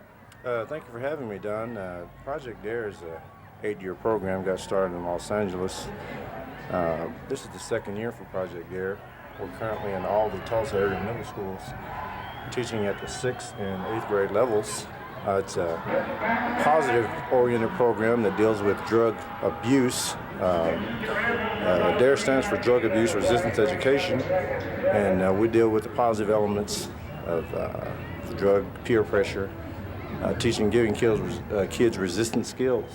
And you said you start at the middle schools, and I would think that's where it really starts for the educational process. Absolutely. We feel if we get the young people at a very early age that they'll be able to pick up those skills and take them into high school and college, where peer pressure and offers to use drugs is at its worst. After the gain of 3 yards by Bitson makes it 2nd down 7 from the 29-yard line. The Ropers need a score. They trail 17-7. Here's a pass completion out to Jeff Dudley out of the 40-yard line. Dudley was the gentleman that had the pleasure of crowning the Queen here at halftime. A halftime ceremony's homecoming for Will Rogers. How long have you been involved in the Project DARE? This is my 2nd year, Don, going on my 2nd year. I'm currently at the Wilson Middle Schools in Nimitz. The program was started by Officer Sutley and Nixon. They were the first to go out to LA to receive their 80-hour course in Project DARE, or the training for DARE. This year we've added 3 more officers. Officers Poole, DeWeese, and Wagner, and we're very glad to welcome them aboard. We have 5 full-time officers and 4 alternates. Officer Phillips, also the program has been very successful, I know, in the Los Angeles area. they've noticed that the people who've gone through the program have done much better than the people who have not gone through it. Absolutely. We just got a survey, or the results of a survey that was taken in Los Angeles, a longitudinal study that was done to kind of monitor and gauge the success of the program. And we're finding that some of the results include better grades. The young people are seeing the average of the grades seem to be going up. There's less vandalism, less truancy, and there's less discipline problems in the schools. After the passing completion there off the fingertips of Bryant Fisher makes it 3rd down and 10. For the average folks, is there anything that just myself, the average person, can do to try to combat drugs? I know we had a bank robbery, for instance, today in Coffee in Tulsa. 56%, I believe, of the bank robberies are alcohol or drug related. I'm glad you brought that point up. It's going to take an effort by law enforcement, community, and school officials to wage this war on drugs and win the war on drugs. The statistic you gave was pretty accurate. Most of our crimes are drug-related indirectly or directly, and if we're going to stem this tide of crime as it relates to drugs, we're going to have to start and think in terms of bringing up a new generation of young people that are drug-free, and that has to be our focus. 4th down, and the punt coming up here by number 12 you see there, or 82 I should say. That is Jeff Dudley. High snap, they're coming after him. He gets the kick away from Aaron Goins, and it'll be out of bounds at the 44-yard line. We'll take a break and come back and continue our chat with Officer Andrew Phillips from Project DARE. Back to Skelly Stadium where the Rams have the football. 1st down and 10 from their own 44-yard line and 8:23 to go 3rd period. We've had a 50-yard field goal in this 3rd period from Aaron Goins, and the Rams lead 17-7. There's their first play from scrimmage, and Casey Rice continues at quarterback. Goins is dropped there. Not much doing. Loose football. They'll say he was down, though, and on the stop, number 57 for Will Rogers.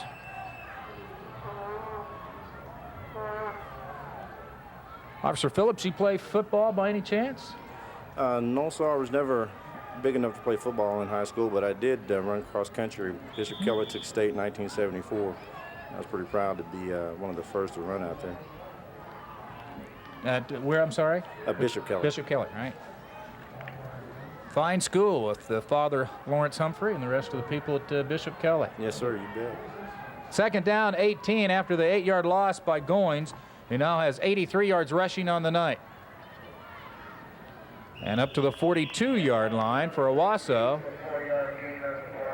goes 33, Brian Stovall, himself having a fine night at fullback. Mark it back to the 41 for 5. The officer kind of opened it up there to cross country. Just wanted to remind the folks, too, that cross country regionals are this weekend on Saturday, and then next weekend are the state championships. They'll be run out at ORU, and a number of fine area squads, including Jinx. Their girls have an outside shot of finishing 1, 2, 3, 4, and 5 individually. They need to enter the toss and run. 3rd and 13 from the 41-yard line. Aaron Goins, will he pass? Yes, sir. Will it be complete? Yes, sir. Will it be enough for a touchdown? Yes, sir. The Rams on the board on a 59-yard touchdown pass from Aaron Goins to number 20, Peter Quintanelli. The only thing Aaron hasn't done is catch that pass, and he might be fast enough to do that.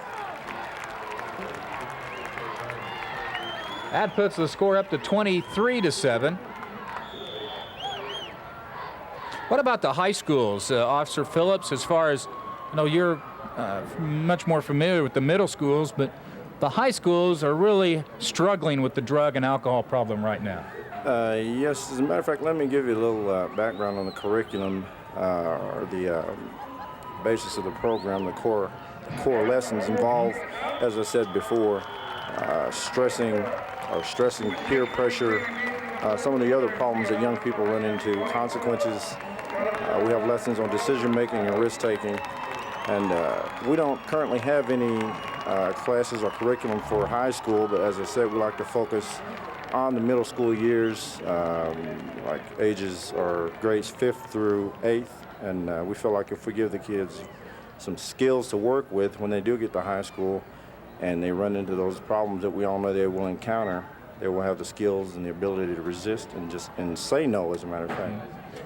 You talk of the peer pressure. I guess to me that, having grown up in the age of drugs, that was probably the toughest thing, for the peer pressure. Yes, we can all relate to that. We can all think back when we were 11, 12, 13 years of age and how important it was to have friends that want to be accepted, to fit in, to be part of the popular groups, to use terms that the young people use, hang around with people that are quote-unquote cool. We tell the young people in school that the first offers of drugs, whether they be legal or illegal, will probably come from their best friends. And that's what makes it so terrible, because it's very difficult to say no to a friend. Have you found much evidence of drug use or alcohol use in the middle schools when you started the program?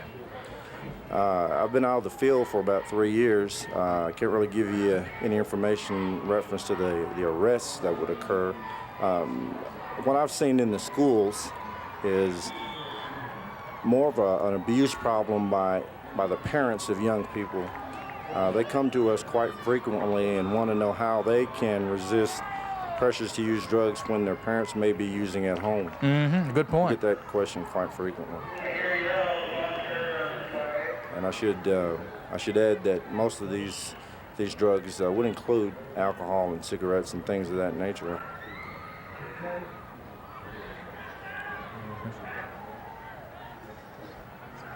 Pickup of 3 there by, let's see if I can get this one now, Mair Yero. That makes it 2nd down 7 from the 23 for Rogers. So, officer, like you were saying, peer pressure is a big key.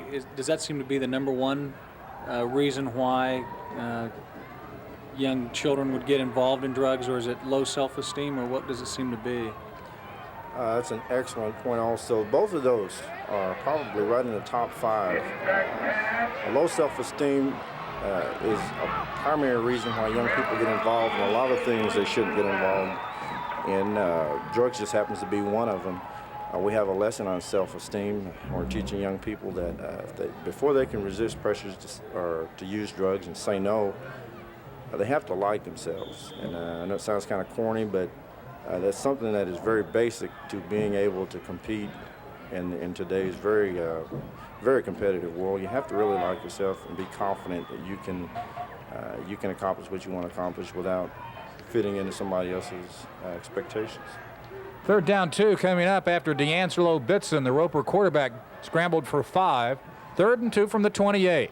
Play action pass, wants to scramble again, not enough, and it'll be a 4th down. And the Ram defense is playing very well tonight and containing the quarterback from Will Rogers, D'Angelo Bitson. Brings up 4th down. Does it help a lot this year being an election year on all? Vice President Bush, Governor Dukakis pretty much admitting that there's a problem nationally. Nancy Reagan's, of course, tried to do a lot to have children say no to drugs. Does that help at least let a lot of society know we're very serious, there is definitely a problem here? Yes, unfortunately, I don't think a lot of people really understand how serious the problem is, the magnitude of the drug problem and what all is involved. And Nancy Reagan is doing an excellent job going out and campaigning for the Just Say No program and encouraging our young people and adults to say no to drugs. What we want people to realize is that we have to focus on the supply or the demand side of drugs. The supply side is probably a war that we may never win. We only have so many prisons. We only have so much room in prison. There's always going to be somebody to supply a drug as long as somebody needs it or wants it.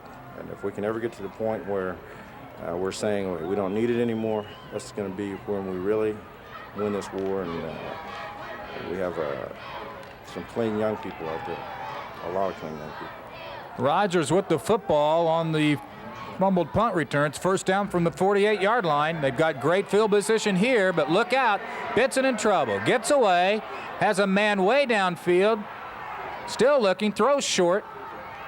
Back to the line of scrimmage is number 11 and gets hit forward for about 3 yards. and that's Bryant Fisher, who had the touchdown catch last week in overtime to beat Sapulpa. That's his first catch of the night. One more drug question that I had was, I just can't imagine what it would be like to be addicted to a drug like cocaine or something when we've seen some of the professional athletes who are making $1 million a year and still cannot at times stay clean. I think that lets people know that these guys aren't, you're not an idiot. You just don't take $1 million and just say, I'm not, I don't care about $1 million a year. It's just that it's very, very addictive, and it's scary to think about a drug like crack. You're right, and young people are very perceptive. 5th and 6th graders, they look and they realize these guys are making all this money, and they have those questions. Well, why would somebody who's successful turn their life to drugs, or why would they get involved in something like that potentially in their careers? But we find that regardless of what the age is, people are susceptible for the same reasons. A lot of young people get involved with drugs like cocaine and marijuana and some of these other very addictive drugs because they don't think that they can become addicted. They think they can handle it. They just try it once or twice. They can stop whenever they get ready. And as you said, cocaine and specifically crack is very addictive, and it may only take 1 or 2 times to become a crack addict. So as a result, we would say never try it. Never put yourself in that position.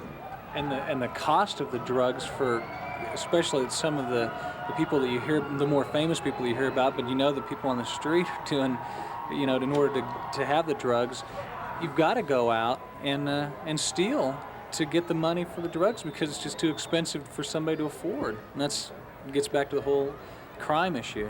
Yes, sir. It brings us full circle. And there's only 3 ways for a teenage person or a very young person to support a drug habit, and one is dealing, stealing, and prostitution. One of the things that concerns me, Officer Phillips, is I have children that are yet in school, and yet I feel it's my responsibility and responsibility of other parents that have kids that aren't even in the 5th and 6th grade, and yet it's our responsibility now to start educating the kids even before they get into school about drugs. How can we do that? Well, we have curriculums that starts in kindergarten and goes all the way through the 8th grade. And unfortunately, we don't have the manpower to go into the elementary schools right now. We're only able to service the middle schools. But I guess the greatest thing that could occur would be for us to be able to go in at elementary school level, 1st, 2nd grade, and really get closer to kids and give them positive role models as police officers, and kind of reinforce that right on through their middle-age school years. To specifically answer your question, as adults, especially parents, we have to make a commitment to our young people, and that would include perhaps looking a little closely at the way we live. How are we smoking? Are we drinking? Are we sending out signals that it's okay to use these different kinds of drugs? What are we telling our young people in commercials and the movies? We're saying that it's okay to drink, it's okay to get drunk, and celebrate your recreational activities by using alcohol. Basically what the messages we are sending out. No gain on the scramble by Bitson makes it 3rd down and 6 from the Owasso 48 with 3:47 to go in the 3rd period. 24-7 our score from Skelly Stadium. Tulsa Cable Sports presenting the high school game of the week between Owasso and Rogers, and with us is Officer Andrew Phillips from Project DARE. He's trying to educate us a little bit more about the drug issue in the city of Tulsa. As we have a timeout on the field, we'll be back to continue our conversation with Officer Phillips in just a moment. Come back to action. It'll be 3rd down and 6 for the Ropers at the Owasso 48-yard line. There you see the gentleman running off the field, Alan Trimble, defensive coach for Owasso. He didn't look in too good a shape there, Alan. I think you need to do some running. He's one of the track coaches for the girls, so I can say that. And I know Alan well enough that he'll take that good-naturedly. 3rd and 6 from the Owasso 48-yard line. Let's see what the Ropers can do. They need to get back in action, and Bitson looks long, still looking, and he scrambles. He'll be short of the 1st down. He dives for the 45-yard line, gets to about the 43-yard line. He'll be about a yard short, and we've got a flag down. What do you think, Jack? Is it a personal foul? Yeah, it looked like a personal foul. Looks like they popped Bitson once he got out of bounds. He got hit by one, maybe possibly two guys once he got out of bounds, and it could take it all the way from the 43 back to the Owasso 28 or 27-yard line. We haven't had too many penalties tonight, very few flags. However, this is a major against the Owasso Rams.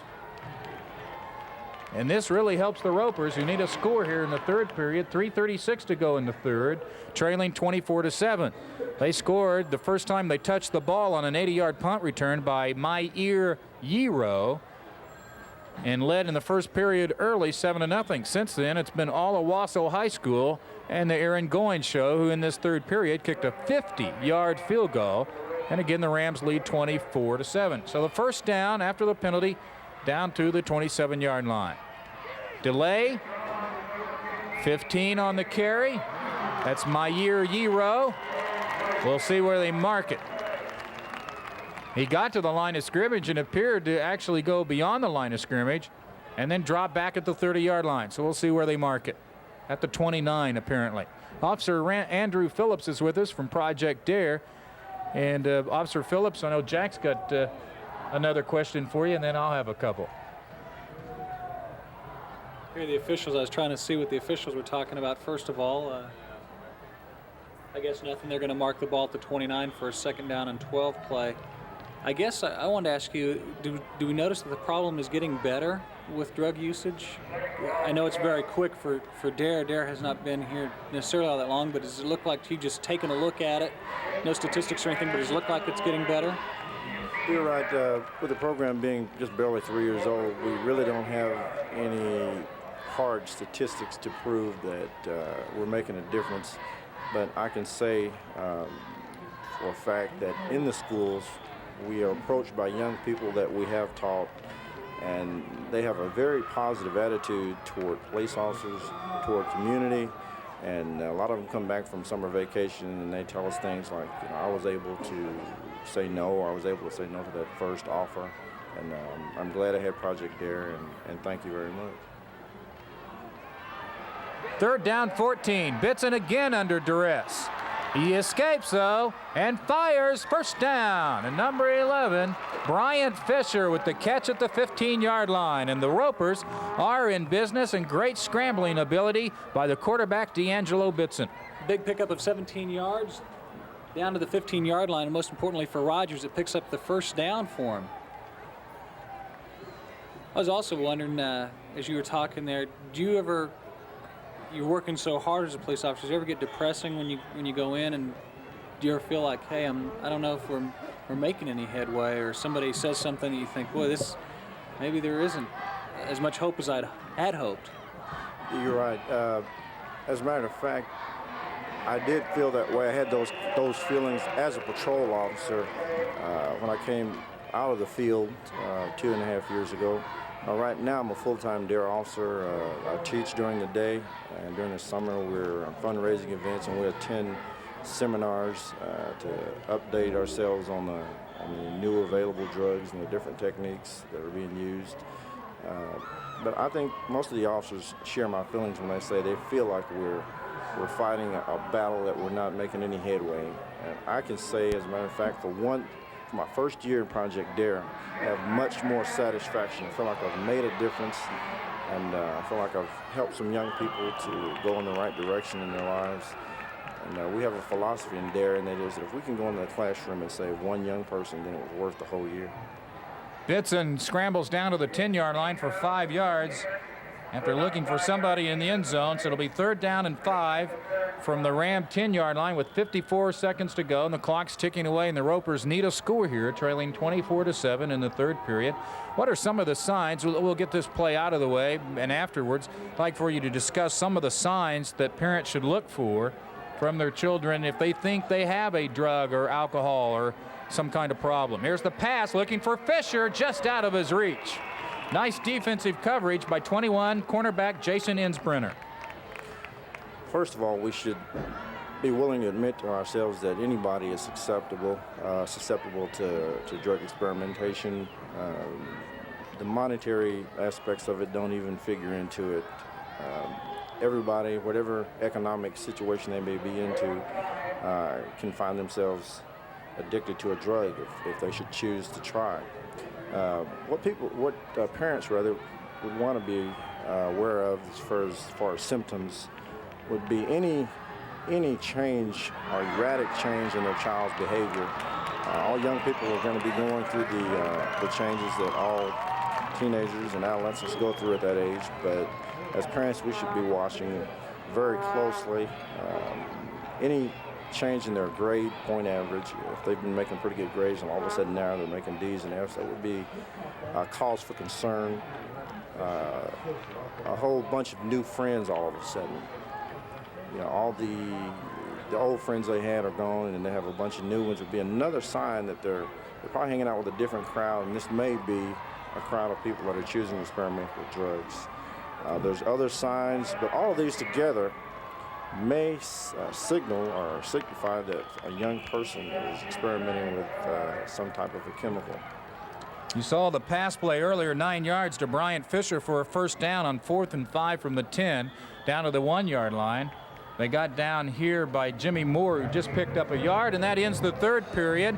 And we'll give the phone number, Officer Phillips, again, 745-6269, and we encourage everybody to help, volunteer, do what they can to combat the drug situation in Tulsa. And thank you for your time, and we'll hopefully have you on in the basketball season. Thank you, Jack and Don. I'd like to close by saying, dare to say no to dope. Exactly right, and that's what our message is all about. High school football and Tulsa Cable Sports. Thanks to Officer Andrew Phillips from Project DARE, as the fourth period will start and the Ropers need a score when we come back. Start the fourth period. Rogers meeting a brick wall, but they're in for the score, Jack Buns, and they're right back in the ball game. We'll see who gets up with the football. And the Ropers scoring their first touchdown from the offense tonight. Yeah, Bitson just taking it in by himself, leaned into the end zone, and the line judge there had to look for quite a while to see what was happening. There's a lot of beef in the middle of the line, and finally they got the signal that Bitson got in, and only 4 seconds it took from about half a foot out, and they make this extra point, and they're within 10 with a whole quarter to play. Jeff Dudley with the extra point attempt, and he nailed it. So we'll stay here as we start the fourth period with Rogers on a beautiful drive that covered 80 yards. Well, I take that back as I look. Yeah, they recovered a fumble, and actually the drive went 52 yards. Interesting, too, with the personal foul call, they would have had fourth down at the Owasso 43-yard line and would have been forced to punt the football, but Owasso hammered Bitson out of bounds. That tacked on 15, so they didn't have to travel all of that on their own doing, but they get the job done, and it's an important situation right now as Owasso's got to come back after their offense has been off the field for quite a while. Remember, they'd fumbled the punt, and so their offense has been off the field for an awfully long time. 52 yards, and it took them 12 plays. You know, you're exactly right. They have been off the field for quite some time. Statistically, it's very interesting, too. Rogers is back in the game, and on the ground, they've only got 29 yards. Through the air, they have 36 yards.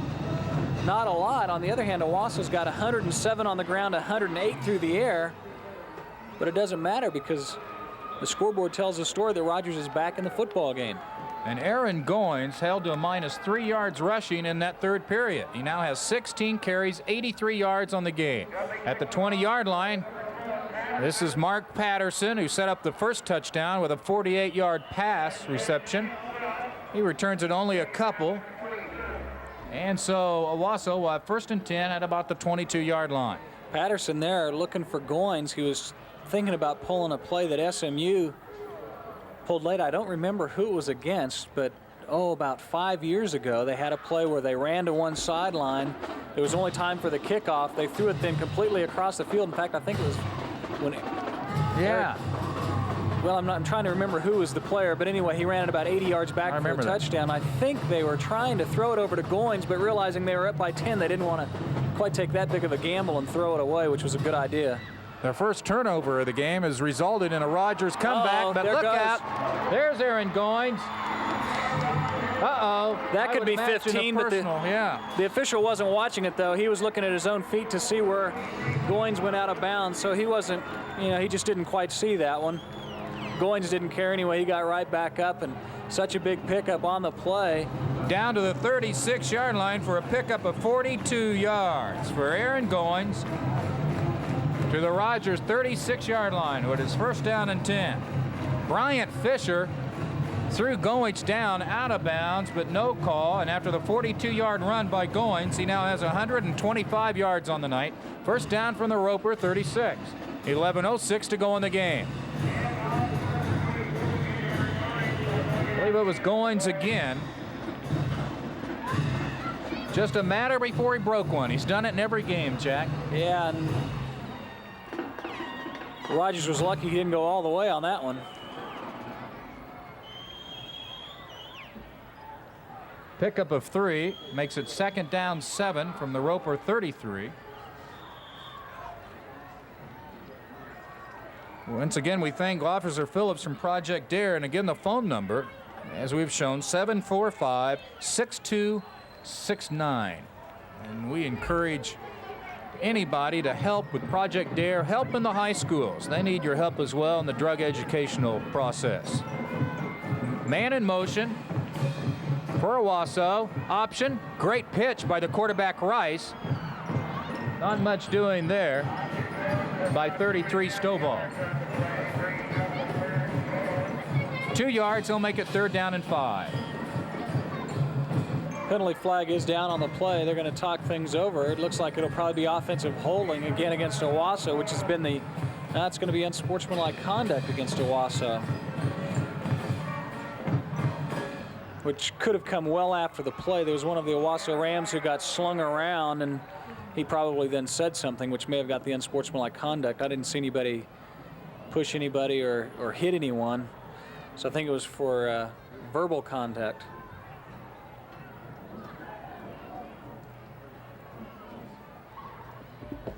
That gives us a chance, as we see the official there, to look again at some more of the playoff digest, if you will, as the penalties marked off against the Rams. The first round road games. Now these teams are assured of first round playoff games on the road. You see the Redskins, who have really come back and played very well, along as Bigsby, Sperry, and Metro Christian. And we mentioned, I think, in the earlier game that here was a team that lost their first 4 games without scoring a point, and they've come back to play very well. Yeah, Metro Christian Union were 2 teams that I did not expect after seeing them play early in the season to make the playoffs. Certainly Metro Christian, at the time we saw them, they did not have their starting quarterback, who the week before had been seriously knocked in the head and taken to the hospital, and they were very fearful of what could happen. He's come back and just played excellent football, and Metro Christian now has just developed into one of the better teams around. I thought they were, quite honestly, I thought they were awful at the first of the year. Yeah, they should have been left for dead because they did not score a point in their first 4 games. And in defense to them, we saw them without their quarterback, as Jack mentioned, Brett Burleson, the injured player being helped off. Nose guard Chad Wright, 62, appears to be all right. He's walking it off. After the 15-yard penalty, makes it third down and 20 from the Rogers 46. And if the Rogers defense here, Jack, can get the ball back with 10 minutes to go and the clock ticking away, they can get the ball back here at midfield, they have a chance to get right back in the game, trailing by 10. There's a little razzle-dazzle to Goins, and he takes a big pop from 57 by Tulsa Rogers. Not enough for the first down. It'll be fourth down. Would they dare try a 56 or 57-yard field goal? Well, let's see. The wind's not blowing at the moment at all. It would be against the wind, though.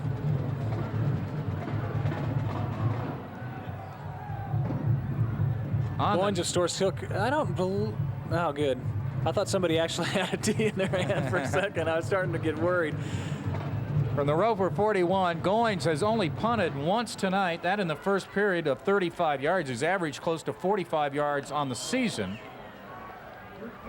Goins on the night, 18 carries, 130 yards, and a delay of game, a deliberate delay of game against the Rams. Will move it back to the 46-yard line. Yeah, they don't mind that at all, especially because they're trying to figure out exactly what they want to do. The only punt that was kicked tonight was returned 80 yards for a touchdown. So Aaron kind of wondering, well, do you want me to just kick it out of bounds, kick it totally away from him, try to hang it up high and down it deep? It'll be 4th down and 20, and Goins is back.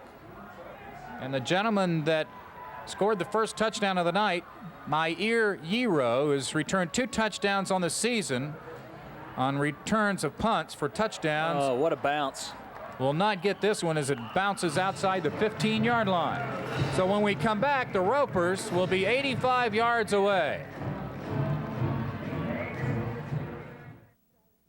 Here come the Ropers on offense. D'Angelo Bitson at quarterback. What's he done passing tonight? As a team, Rogers 9 for 16, 36 yards and 2 interceptions. Well below their average. They run it from the 14-yard line on 1st down and get a couple out of the play. And it looked like it was 35, Jimmy Moore on the carry. 2nd down 8. Earlier we showed you the teams that have first-round home field advantages in the playoffs. Booker T. Washington, Claremore, Tulsa Memorial, and Cassia Hall. And we just showed you the first-round teams that will get into the playoffs on the road. Here are the teams that are on the bubble. Well, we'll show them to you right after this play. 2nd down 8 from the 16-yard line. Man in motion is number 40, Mike Wofford. Looks for Wofford. Throws, not much there at the 20-yard line. Stopped by 67 defensive end Craig Hampton. Here are the teams that are on the bubble, Jack, and it's a big game this week between Sand Springs and Sapulpa. It would take a rocket scientist to figure out the district situation on that. Other teams on the bubble, Broken Arrow and Edison. Yeah, Broken Arrow with an important game also this week, taking on Muskogee. And Edison, who we've seen earlier this year, looks awfully tough, awfully tough. I'd be surprised if they didn't make it in. I would too. They play Oklahoma City Douglas this week in a key battle. 3rd down 4 from the 20. Bitson again under duress. What's he going to do? Pops it over the middle, incomplete. Looking for number 40, Mike Wofford. It'll be 4th down and 4. Boy, I don't know if I would fake a punt here, but with 7:31 to go and needing only 4 yards, who knows? We'll see what Dan Crookham and the Ropers decide to do. Well, it's been a good night for the Owasso defense. Their game plan was to come in and pressure Bitson as much as possible, make him run with the ball, although he is probably more dangerous scrambling than he is throwing the football. But that was their game plan, was to make him pass on the run. Well, Dudley, he thought about it. He was looking. He punted away from Goins in a great kick. Down to the 30-yard line and beyond to the 27, 26-yard line with 7:16. That thing's still turning over. So look at Dan Crookham. Look at that. Now they're trying to blow it now. Down to the 23-yard line. The thing continued to roll end over end to the 23-yard line. Number 70, Chris Turner there, a sophomore, got down on his hands and knees and decided to try to blow it. It rolled about an extra 7 off of some sort of downslope momentum or something. 57-yard punt. But they've got a flag down, and they're going to bring it all the way back and make Rogers do it over again. No, don't do that. 57-yard punt. And you look at Dudley is walking back. He's at the 25-yard line. He's even going to take his helmet off. He's so disgusted. He may decide that was as best as I can do. That was his best. Can't do any better than 57 yards. Wow, that's incredible. Down to the 10-yard line, 10-yard penalty, wipes out a 57-yard punt.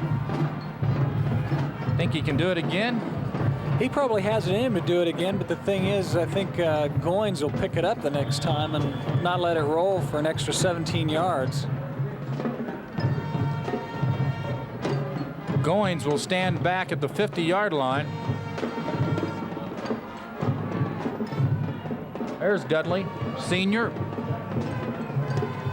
Another thing that's tough is whenever you're in a kicking situation, your team just got through running 57 yards down the field, and they turn around and they got to come do it again. A great kick here to the 47-yard line. Oh, nice defensive work by the Ropers, and number 44, Mike Wofford. The senior flew downfield, dropped Goins for a loss of 4 on the punt return. And with 6:37 to go, the Rams will take over. That wasn't a bad kick right there from the 10.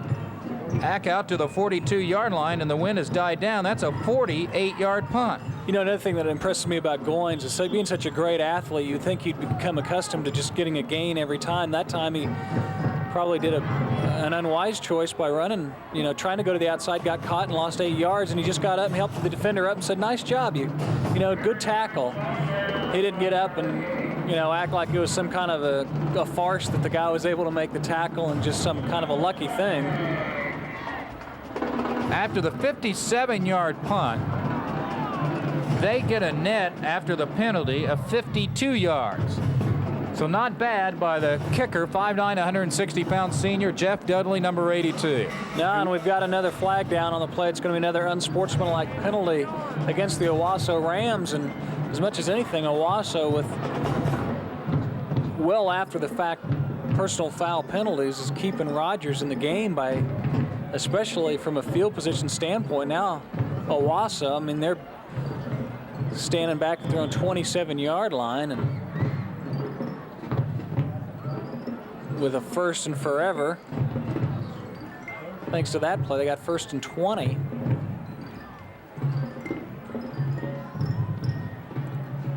There's the quarterback. It's now Mark Patterson, number 12. He is not quarterback since the first couple of plays of the game. And this is Brian Stovall. And he gets to the 30. Could be a fumble, there is, and Rogers has it at the 30. How about that? And that's why the penalties kill you. 53, junior Don Banning on the recovery, it appeared. And just like that, the Ropers have a chance again, Jack, to get back in the game with 5:48 to go. Like the Rams' own parents were telling me before the game, they somehow have a hard time winning a football game. And here, when they had things under control, apparently at 24-7, they have started to self-destruct. And from a mental standpoint now, we'll see if they can hang in there and keep the lead. From the 30-yard line, Bitson back to pass. Look out, and he's dropped back at the 45-yard line. Second sack of D'Angelo Bitson tonight. Number of players there, including 89, Nick Reynolds. That's a sign of a good team. Come right back and make a fine defensive play after your offense has coughed up the ball. And D'Angelo, one thing, he's got so much natural ability to be able to usually get away from those scrambles. One thing that he'd be good to learn is how to throw the ball away. Mm-hmm. He hasn't done that this season, and that's what Owasso was counting on. Good defensive backfield coverage to allow their defensive line to get him. Screen deteriorated. Now he's in trouble. Caught by 44, Mike Wolford. But he loses yardage. That'll be 3rd down and about 28. Loses 3 on the play to the Owasso 48, and the clock now becomes an enemy to Rogers at 4:22. You can tell that just by looking at the numbers that Owasso has been their own worst enemy. Right now, after the sack and whatnot, Rogers only has 15 yards on the ground and 38 through the air. That's only 53 total yards of offense. And yet, with the punt return and all, they've been able to score 14 points, and they're still in the game the way they like to put the ball up. If they get, the right situation, Bitson can find his man, and it's a whole new ball game when they have had almost no offense to speak of at all. 3rd down, 38 yards to go. Here's a quickie to the 45 to Anthony Samuels and to the 43-yard line, and that'll still bring up 4th down and around 20. There's a look across Skelly Stadium at some of the Rams, and folks, they're the only people on that side of the stadium. Good seats. They paid for those 50-yard line seats. Let's take a look while we have a moment to look at Max Emfinger, one of the top recruiting gurus, and there you see his recruiting list. And you see Aaron Goins almost at the top, 9.85 his rating. That means he can play as a freshman at whichever school he decides to go to. Owasso as another player. We'll get to that after they try this on 4th down and long, and nothing doing. Stuffed at midfield And the Rams will take over with 3:35 to go.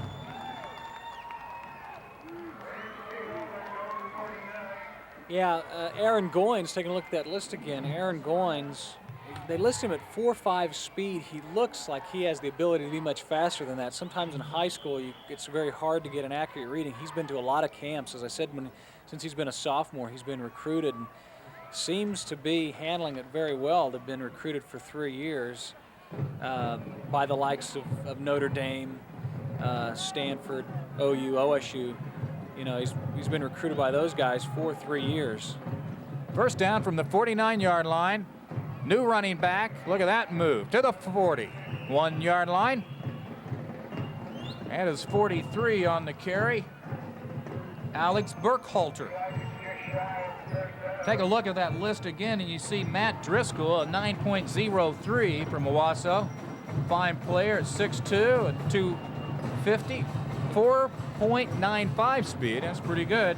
And he's a 2-year starter at defensive tackle. Pickup on the play of 9 yards for Burkhalter makes it 2nd down 1 from the Rogers 41-yard line. Goins apparently finished on the night, 18 carries, 130 yards. As I say that, he's dropped at the 43-yard line, so he loses 2. He asked for one more chance. 3rd down 3. This is important to him because he's been banged up, but this is his last game, and now he is going back off the field once again to get the other guys into the football game, and you know, maybe even some of the seniors who are in their last ball game, maybe some of the seniors that haven't started, and also some of the youngsters to get them some playing experience.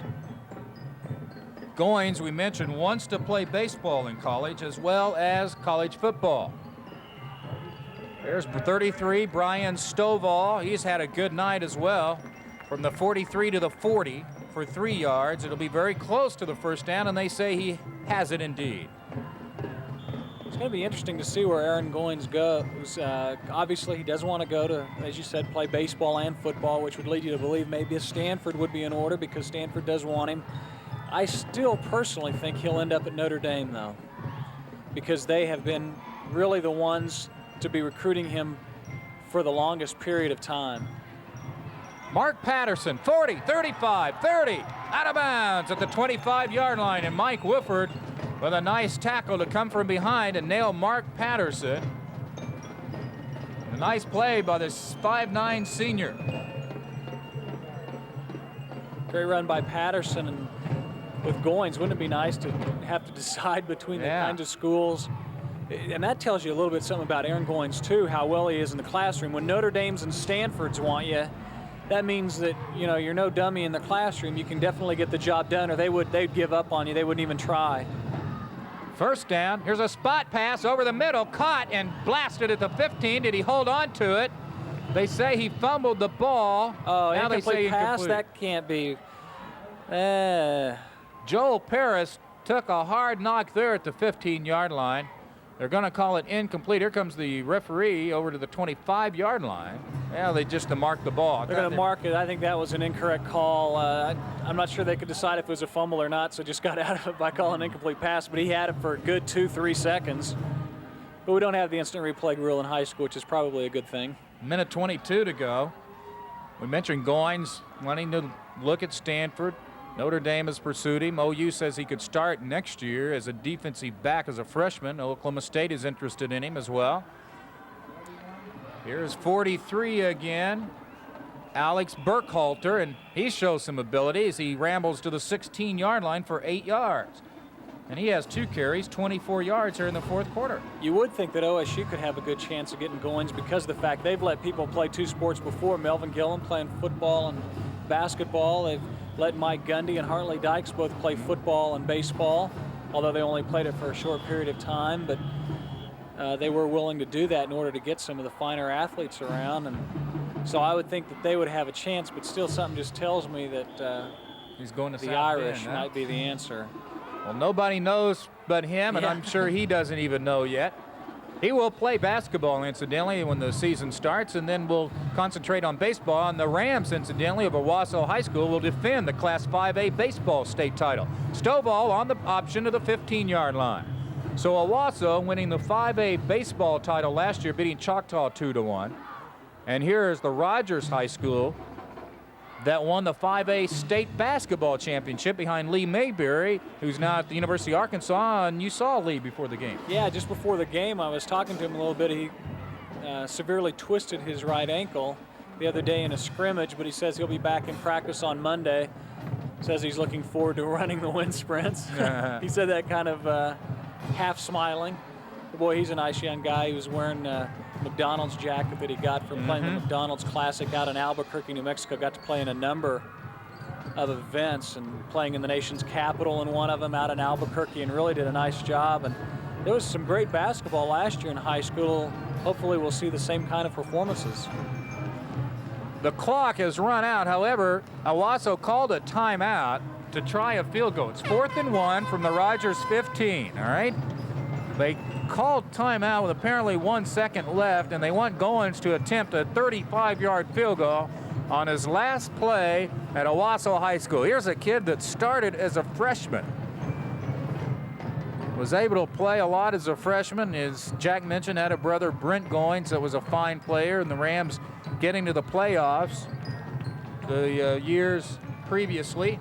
This year, a little disappointing has to be for the Owasso program and the fans in Owasso that support this club very well to finish what appears will be a 3-7 season, but they played some teams very tough and will close out on a good note. Their assistants this year, incidentally, Mike Rose, Randy Robinson, Alger Flood, former Claremore coach and a Stillwater assistant, Steve Holloman, and Alan Trimble. They've decided that Goins is going off of the field, and I think he appreciated the gesture by Coach Newton, but it appears that as though Goins has asked to let somebody else do something here. Maybe they're just go ahead and run out the clock or say, Coach, I don't know if that was, I appreciate you letting me try to make a field goal on my last play, but let's not maybe run up the score at this point. 4th and 1 from the 15. Pitch back to Burkhalter. And that will close it out at the 12-yard line. So the Rams come from behind in this one at Skelly Stadium and wrap it up 24-14. Jack and I back to wrap this one up in just a moment. Jack Bunce, good ball game tonight. The 80-yard punt return for Rogers really set the stage. It looked like that it was going to be a good ball game as Mayir Yero returned the first punt of the game on the 5th play of the game, 80 yards with 9:38, 7-0. But the Rams took over after that. Yeah, they awfully tough tonight. Owasso was. They ended up, by the way, with over 200 yards rushing. They ended up statistically, unofficially, 40 carries, 203 yards. Through the air, they had over 100, 2 for 8, 108 yards. Obviously, the two were biggies, a 48-yard completion, and then the other making up the difference. On the other hand, Rogers, because of some second-half difficulties, they ended up 24 carries for only 9 yards on the ground. Through the air, 12 for 20, 43 yards, 2 interceptions. So offensively, Rogers only had 52 yards when all was said and done. Quite a ball game for the Rams. Aaron Goins, who closes out a stellar career on the gridiron tonight, 19 carries, 128 yards. He scored the touchdown that put the Rams in front 14-7 on a 5-yard pitch. That made it 14-7 at the half, and then in the third period, the big field goal. Yeah, and I think that play there, that touchdown, that 5-yard pitch was probably the play of the game, because cornerback coming up for Rogers really thought he had him stuffed, and the cornerback made a dive for him. He actually thought he was making the tackle, and all he got was air, and Goins was just gone. So Goins, a big night. We mentioned the 50-yard field goal in the third period. That was the only scoring in the third period. It was 17-7.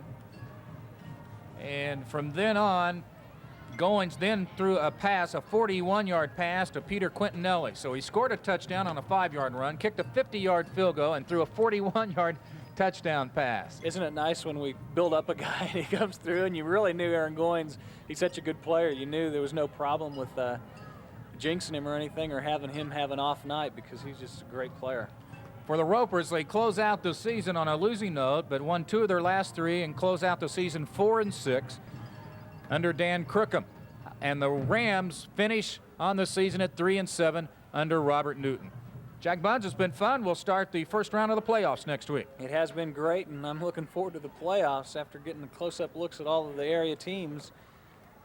Going to be interesting to see who does the best in the playoffs. Check your Tulsa newspaper to find out which game we will do. It will be one of 4 games, and the game will be either at Booker T. Washington, at LaFortune Stadium with Tulsa Memorial, at Cassia Hall Stadium with the Commandos, or it could be in Claremore at Lanto Field. So check your listings, and we'll be sure and promote it this week on Tulsa Cable. The 1988 High School Game of the Week, Owasso 24, Rogers 14, and it's been brought to you by the Williams Companies, by Eastern Oklahoma Orthopedic Center, by Facet Enterprises, Citgo Petroleum, and by Mazzios. We also would like to thank Officer Andrew Phillips from Project DARE joining us from Skelly Stadium. Once again, our final score, Owasso 24 and Rogers 14. And next week, stay tuned as the state playoffs begin, and we'll be there on Tulsa Cable Sports.